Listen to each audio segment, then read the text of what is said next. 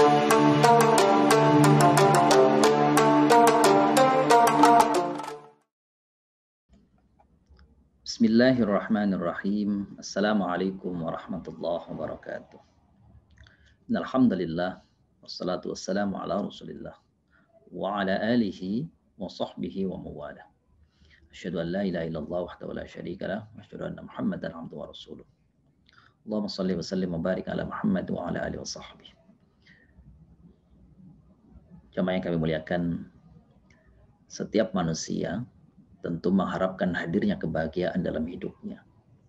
Dan sebaliknya, setiap manusia tidak mengingini hadirnya kesengsaraan, kerugian di dalam aktivitas, dalam kehidupannya.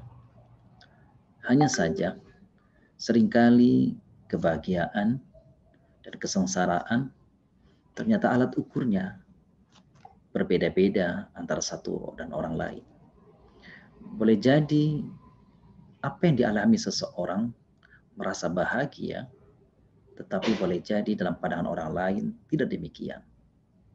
Sebaliknya, boleh jadi seseorang melihat orang lain hidupnya penuh kesengsaraan, tetapi boleh jadi yang bersangkutan tidak merasakan apa yang dipersangkakan. Maka di sini perlu untuk mempersamakan atau untuk menyamakan standar apa untuk mengukur seseorang itu bahagia dan rugi. Dalam konteks ini bagi seorang muslim, maka alat ukur yang tepat tidak bukan dan tidak lain adalah apa yang diturunkan oleh Allah Subhanahu wa taala berupa ayat-ayatnya di dalam Al-Qur'an dan apa yang digariskan oleh Nabi Shallallahu alaihi wasallam. Dalam kesempatan singkat ini, izinkan kami menyampaikan beberapa firman Allah Subhanahu wa taala yang berbicara tentang apa yang sedang kita sampaikan tadi. Hadirin yang kami muliakan, di dalam surah Az-Zumar ayat 15, siapakah orang-orang yang merugi itu? Qul innal khasirina alladzina khasiru anfusahum wa ahlihim yaumal qiyamah. Katakan, sesungguhnya orang-orang yang merugi itu adalah orang-orang yang merugikan diri mereka sendiri dan keluarganya di hari kiamat nanti. Ayat ini berbicara masih terlalu global, maka kita butuh firman Allah yang lainnya untuk menjelaskan apa sesungguhnya atau siapa sesungguhnya orang-orang yang merugi itu. Hadirin yang kami muliakan, di dalam surah Ali Imran ayat 85, Allah Subhanahu wa taala berfirman, ini boleh jadi menjadi ciri, menjadi alat ukur siapa sesungguhnya orang yang merugi itu. Di dalam Ali Imran ayat 85 Allah SWT berfirman, "Wa may yabtaghi ghairal islami dinan fala yuqbal minhu wa huwa fil akhirati minal khasirin." Ayat ini menjelaskan bahwa orang-orang yang tidak mau menerima Islam sebagai jalan hidupnya, orang-orang yang tidak mau menerima Islam sebagai agamanya, maka ia termasuk orang-orang yang merugi. Boleh jadi ia dalam pandangan sesama manusia adalah orang yang begitu peduli kepada sesama, banyak berderma, banyak memberi, peduli kepada manusia yang lainnya. Tetapi amal perbuatannya, kebaikannya kepada sesama manusia itu di sisi Allah bukanlah menjadi sesuatu kebaikan, paling tidak di akhirat nanti. Hadirin yang mereka muliakan. Yang kedua, orang-orang yang merugi adalah apa yang Allah firmankan di dalam surat Yunus ayat 55. Allah mengingatkan kepada kita, wala takunu kalladzina kadzdzabu biayatillah fatakuna minal khasirin.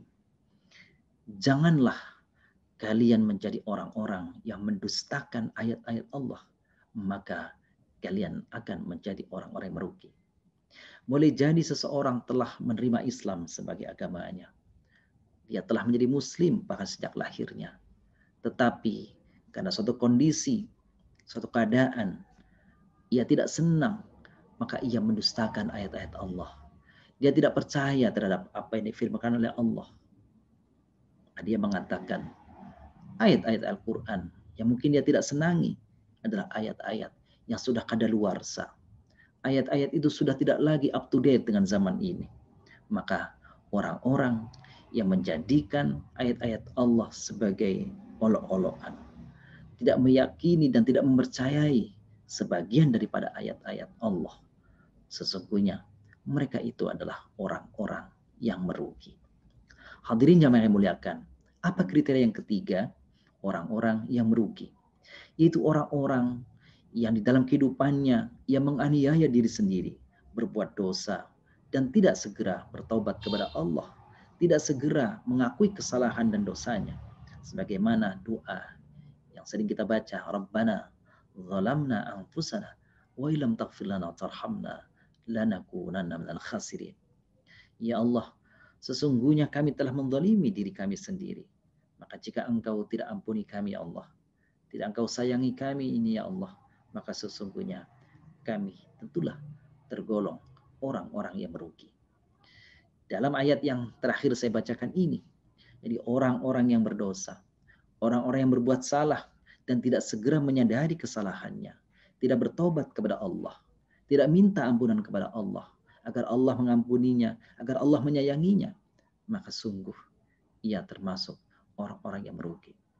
Kasih sayang Allah sudah tersebar di dalam dunia ini, termasuk kasih sayang Allah kepada kaum muslimin dengan menghadirkannya bulan Ramadan untuk menambah, untuk memperbanyak amal kebaikan. Bukankah di bulan Ramadan ini amal-amalan yang sunnah akan menjadi bernilai seperti amaliyah wajib? Dan amalan-amalan yang wajib, maka balasannya akan berlipat ganda. Maka alangkah merugi jika Allah sudah hadirkan dalam bentuk sayangnya ini, hadirnya bulan Ramadan, tidak dimanfaatkan. Maka Rasulullah Sallallahu Alaihi Wasallam beliau bersabda, "Raghima anfu rajul ja'ahu Ramadan, thumman salah falam yughfarulah." Sengsaralah orang, datang kepadanya bulan Ramadan, sampai dengan Ramadan usai dari kehidupannya, tetapi dosa-dosanya tidak terampuni. Hadirin jamaah yang muliakan, mari kita isi Ramadan ini dengan sebaik-baiknya untuk memperoleh kebaikan yang sebanyak-banyaknya. Mari kita tingkatkan kualitas kehidupan kita agar kita raih kebahagiaan, baik kebahagiaan yang dirasakan oleh kita dan juga oleh keluarga kita. Dan mari kita tingkatkan kualitas ibadah dan amal kita agar kita terhindar dari golongan orang-orang yang merugi. Allah Subhanahu wa taala berfirman, "Wal 'asr innal insana lafi khusr illa alladziina aamanu wa 'amilus shalihat wa tawassaw bil haqq wa tawassaw bis sabr." Wal 'asri, demi masa, innal insana lafi khusr, sesungguhnya manusia siapapun dia, lafi khusr, benar-benar dalam kerugian. Illal ladzina amanu, ada 3 kriteria dalam ayat ini. Alladzina amanu, orang-orang yang beriman. Wa amilus shalihat, lalu ditambah dengan senantiasa beramal soleh. Dan jangan lupa peduli kepada sama. Wa tawassaw bil haqq wa tawassaw bis sabr. Saling mengingatkan dengan yang lain agar berbuat, agar menjaga kesabaran dan juga berbuat kebajikan dan kebenaran. Demikian apa yang kami sampaikan, mudah-mudahan ada manfaatnya. Usini wa iyyakum bitaqwallah. Wassalamualaikum warahmatullahi wabarakatuh.